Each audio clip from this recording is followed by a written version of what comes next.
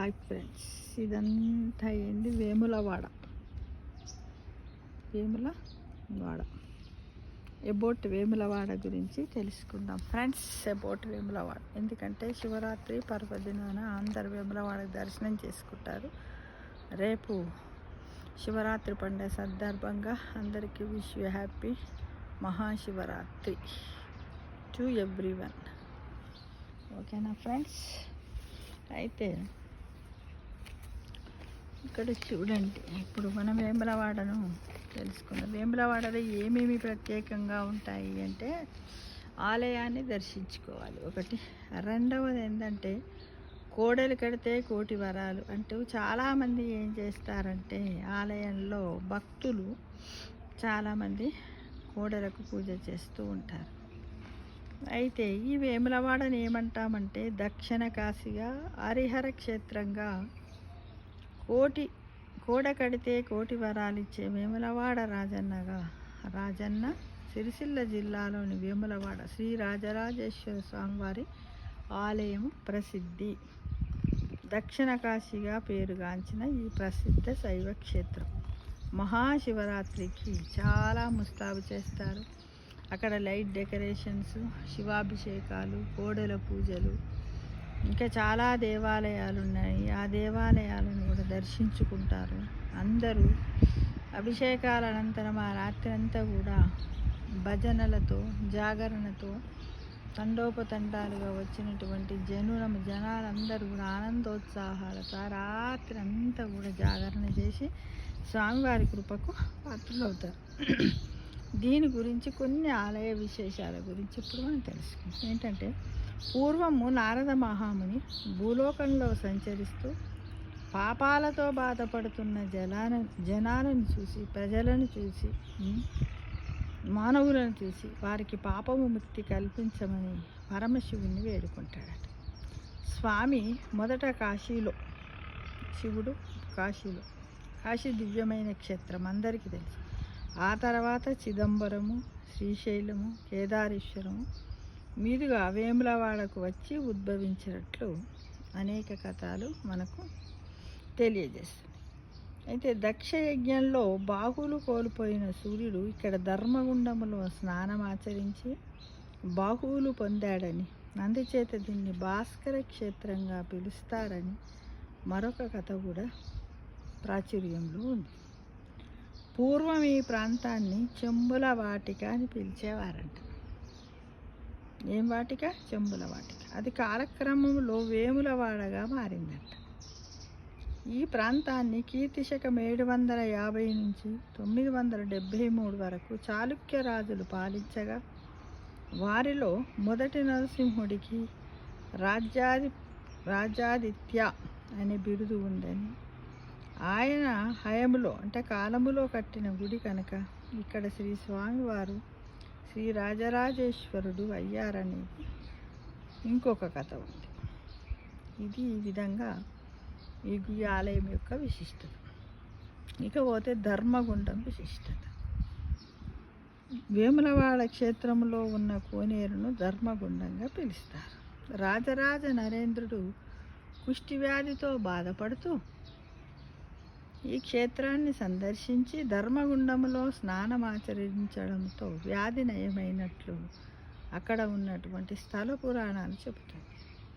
అందుకే దీర్ఘకాలిక చర్మ వ్యాధులతో బాధపడుతున్న వారు ధర్మగుండంలో స్నానాలు చేస్తే వ్యాధి విముక్తి లభిస్తుందని భక్తుల విశ్వాసం.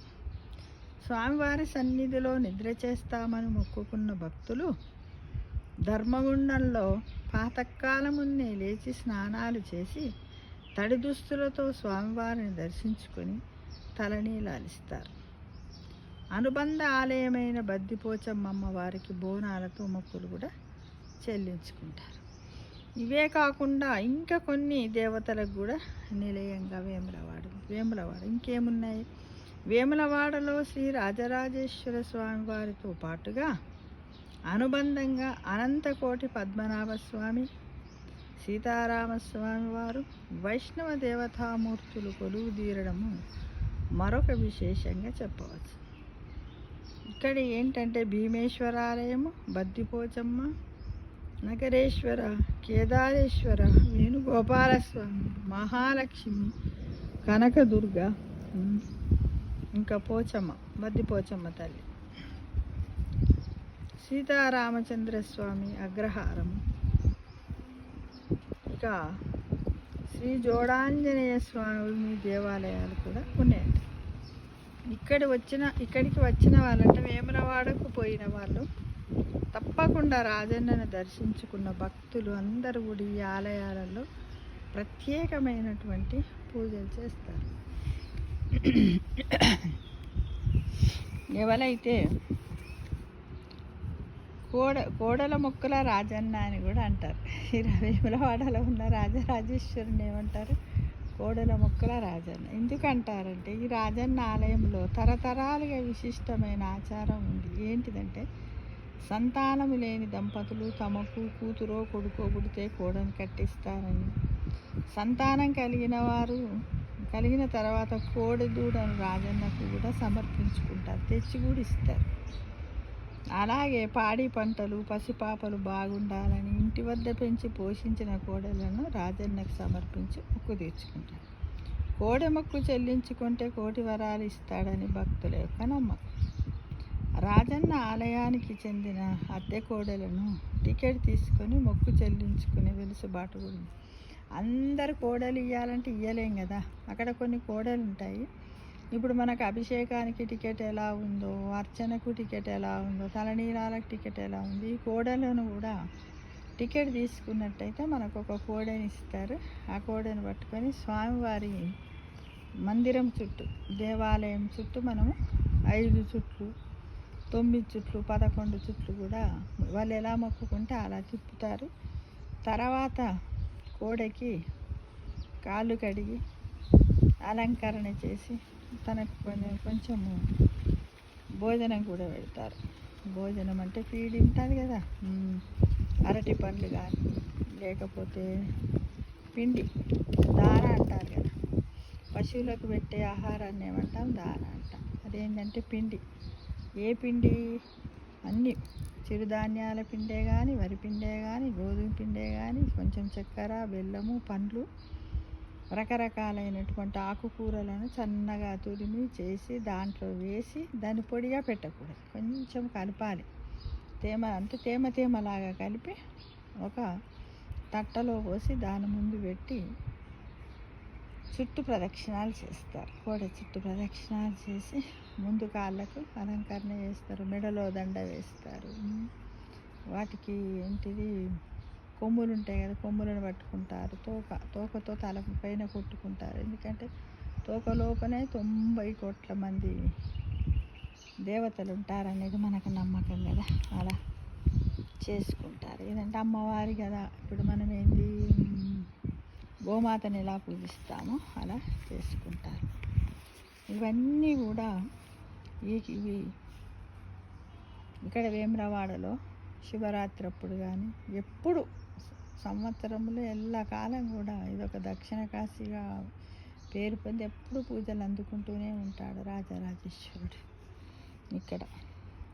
మరి అందరు ఎలా రావాలి అంటే హైదరాబాద్ నుంచి 150 కిలోమీటర్లు ఉంటుంది, కరీంనగర్ నుంచి 32 కిలోమీటర్స్ ఉంటాయి. ఇది ఏంటిది గవర్నమెంట్ బస్సులలో కూడా రావచ్చు, బస్సుల ఫెసిలిటీ కూడా ఉంది. మామూలుగా ఈ మధ్యకాలంలో అందరికీ కూడా కార్లు ఉన్నాయి కాబట్టి రావచ్చు. మరి ముఖ్యంగా ప్రత్యేకంగా శివరాత్రి అప్పుడైతే తప్పకుండా రష్ బాగుంటుంది. దాదాపు 1 లక్ష మంది దర్శనం చేసుకుంటారు కాబోలు. చాలా రష్ ఉంటుంది, ఎందుకంటే భక్తులు వస్తూనే ఉంటారు, పోతూనే ఉంటారు. అక్కడ అన్నీ ఉంటాయి, వసతి గృహాలు ఉంటాయి, హోటల్స్ ఉన్నాయి, అన్నీ ఉన్నాయి.